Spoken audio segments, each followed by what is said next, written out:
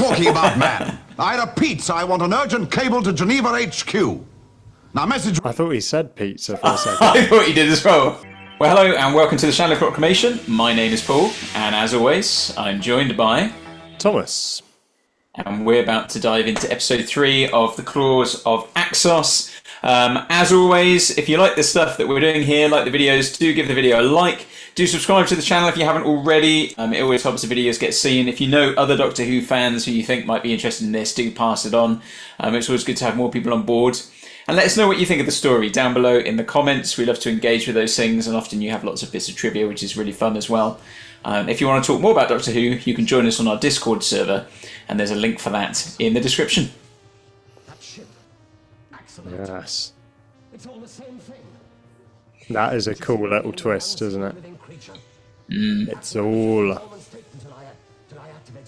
one. Yeah, it's quite a good cliffhanger. Yes. Can't you stop it?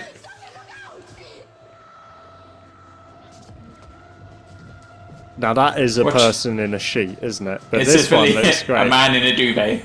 Yeah. A duvet cover. Yeah, but this is a lot better. Yeah. This feels properly Doctor Who-y, doesn't it? De-energize, repersonalize. Oh, this is interesting. That sounds like an advert for some kind of moisturiser. They do slightly, in that other form, remind me of pizza topping. Yes. What are you talking about, man? I repeat, I want an urgent cable to Geneva HQ. Now, message... I thought he said pizza for a second. I thought he did as well. I had a pizza. Where's my pizza? Because you were talking about it. What did he say? I ordered it 45 minutes ago. Where is it? I repeat. Have you seen that? I don't know who you are. Yeah, but I have a very particular set of skills. Get me my ham and pineapple. Have you seen that sitcom, The Thin Blue Line, with Rowan? Oh yeah. You know, the one where one of his assistants is on the phone there, and you think he's on the phone to like the police forces. He just goes, "Tango, tango," like Lil and a Fanta. That was such a great series, really underrated. Yeah. Gold. Always believe in your... What I love about this is there must have been someone whose job it was just to stand on the other side and do this. Like, when you arrived here, whether in his When we arrived, there was no one here. Except this man. He is in a coma. Since my help is no longer needed, I should... I love the fact that, like, no one saw he was there. Yeah. When we arrived, there was no one here. Oh, except that guy on the floor right there. And they're like, oh my goodness, Phyla. Yes. That guy, and Keith Richards. Pizza! Where is the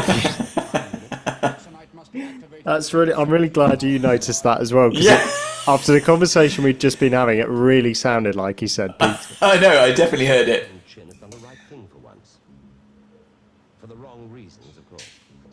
What stage in British history did it become, like, normal or just commonplace for people to order a takeaway? I mean, fish and chip shop, you could go to the fish and chip shop and get fish and chips, but actually ringing up and getting someone to deliver something like a pizza to your house, because I don't think it would have been happening in the 1970s, 1971 or wherever it was. Yeah, maybe there were different forms of it. I mean, you had your milk delivered, didn't you? That's true. Someone will know in the comments. Takeaway milk. It is very, like, trippy and surreal, this, isn't it? It is. Like, what is going on here? Oh wow, the memory.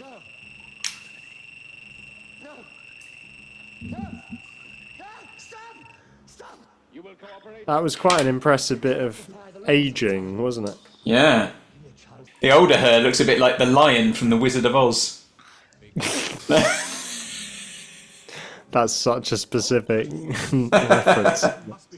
Imagine if that guy just like walked into airport security or something. You there, stop. Look at this. I mean, that's a lovely shot. That is beautiful. It's like he's doing a little dance.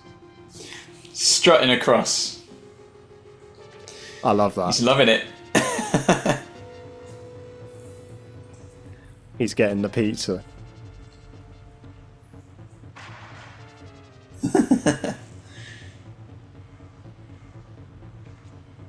That is a great design, actually. I'd happily see that come back. Oh, here's the brig. Watch out, man! No, no.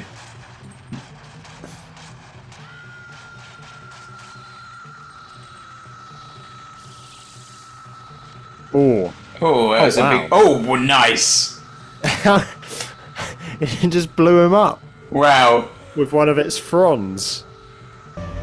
Well, theoretically, it should be able to store all the power generated around it like a solar cell battery. You're trying to tell me you can absorb the total output of this complex in a police... It's a good sound effect in the background they've got, ramping up the Yes. energy.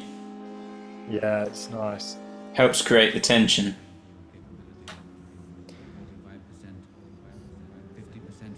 The Doctor's in a pretty helpless position here, isn't he? Looks like he's pondering something, though.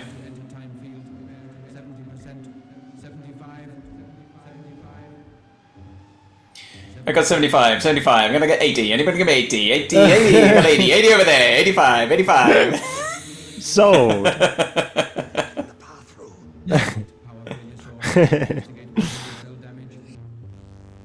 Look at that chair. That's awesome. Looks like it's made of popcorn or something. Now, when I pull this handle, the enormous amount of power stored in the TARDIS will be channeled straight into Axos. What about Joe in the dark? They won't stand a chance. They will die with Axos. Oh gosh. No! Either we destroy Axos or Axos destroys the world. I feel a cliffhanger coming. Is he gonna throw them under the bus?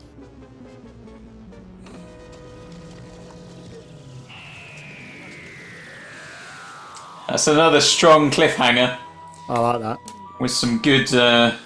Either we destroy Axos or Axos destroys the world. Yeah. Do you want a pizza, me? Oh, that was so fun. That was so random, but it just genuinely sounded like the Brigadier said the word pizza, and I just had to do a double take, and I was like, "Wait, what?" I'm sure he definitely was ordering a pizza. Yeah, I mean, I'm sure pizza was a thing. Oh yeah, When yeah. we're filming this, But I'm just saying that was It's it not commonplace beyond- in the UK yeah. and in a takeaway form? You know, yeah, that's it. these Yeah. are the big discussions people are having about the story, the Claws of Axos. You know, it's themes such as pizza and Yeah, I guess we'd just be a bit surprised if the Brigadier actually did order a pizza. We'd just be like, "Whoa, yeah, an interesting historic overlap." that's another one though that's felt like it's gone pretty quickly to me. Yes, and my highlight I think was the dilemma at the end where he decides to let the Master help them, but then the Master doesn't hesitate to throw the Doctor and Joe under the bus and say, "I've got to let the power surge go through it, and if they're caught up in it, so be it." And the Brigadier's like, "No," and the Master just pulls it, doesn't he? So Yeah. be interesting to see how that's resolved. And you kind of think he must have known that all along, the Master, that was the case. He's just neglected to mention it. Yeah. You sort of think, given his history with the Doctor, he'd want to end it in a more sort of face-to-face sort of way. You know, skin-on-skin combat, stripped to the waist. You know what I mean? Like a proper face-off rather than just Right. pressing a button. That's an extras reference, right? Yeah, it's the Ross Kemp episode. Ross Kemp. It was in my head. I was just thinking. I was like, I know it from somewhere. Like, Yeah. skin on skin. Who's the guy? Is it Vinny? Vinny Jones. Vinny Jones. Yeah. And Ross Kemp's like pretending to be all hard, and it's like, Yes. I beat him skin on skin, stripped to the waist. And then when it comes, he just starts crying, and he's like, I don't want to. Oh dear. Yeah. No. I mean, Super Army Soldiers. Soldier. That's what the SAS stands for. If you've not seen the bloopers for that, you must watch them. They're so good. Okay. Like they're struggling so hard to do it. Have you seen the Patrick Stewart episode? Yes. Yeah, the bloopers for that are amazing. When he's trying to tell about his idea for films. Yes. The bloopers are amazing because Ricky Gervais can't keep it together at all. But no, anyway, Sorry, what was your episode highlight? 3 there. Well, I think for me, the highlight, I loved the Axon attacking the soldiers, and particularly that one soldier being blown apart. That was just a great I don't thing. want to laugh at that. Yeah, quite serious. But Well, no, it's it was well done. Yeah. Yeah, really well done, kind of bit of pyrotechnics and the special effects there. Just super effective. I mean, that guy's just absolutely obliterated, and the other guys as well. I mean, we've seen some similar things, haven't we, to the other attacks, like we saw in Ambassadors of Death, like people being sort of almost like a charge shooting out of them or going through them. Saw it the Spearhead from Space as well, where people got shot and the smoke kind of came out, didn't we? Yeah, the deaths have been quite impressive in the Pertwee era. Yeah, so they're really kind of leaning into that, and I like that. It gives it a really kind of good feel to it. But I thought there's some other nice bits, like Joe being aged. That's a really neat little thing earlier on in the story.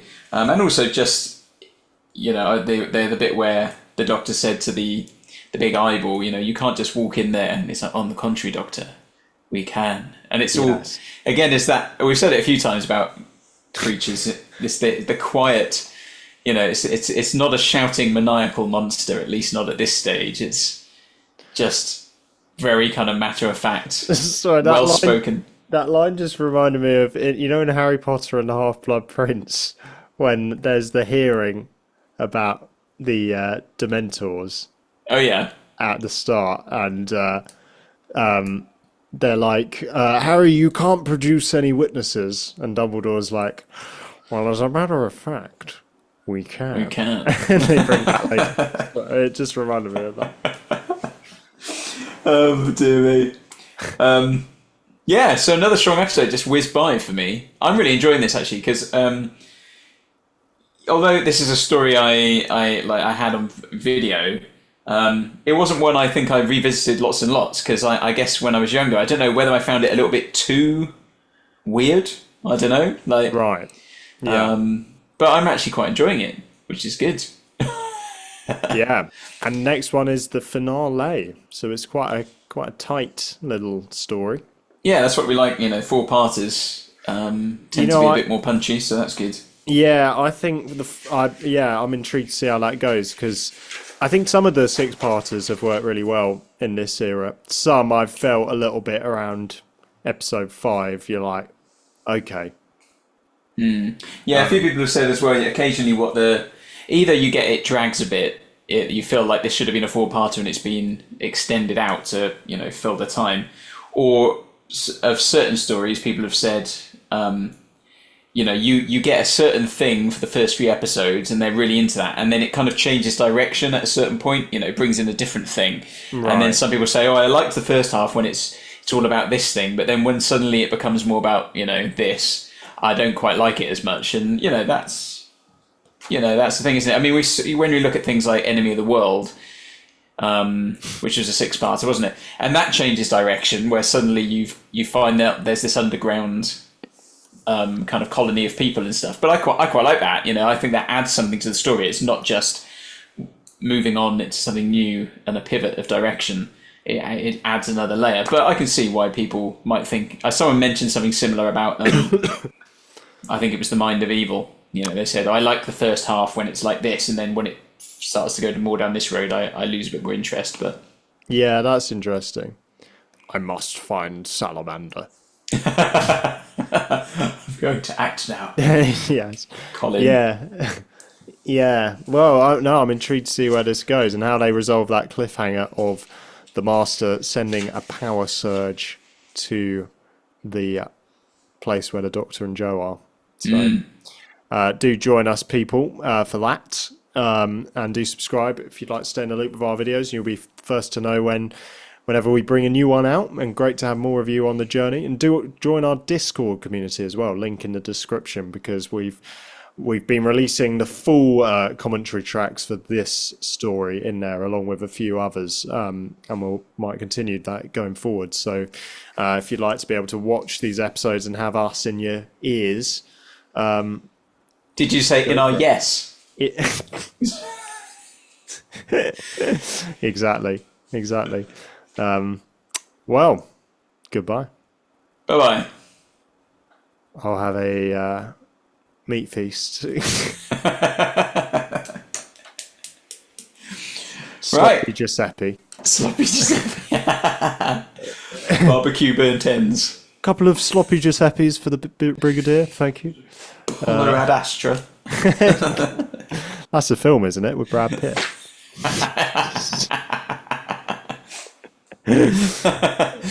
So Polo Ad Astra, isn't that the one with Tom Hanks where they're stuck on that spaceship and trying to get back to Earth?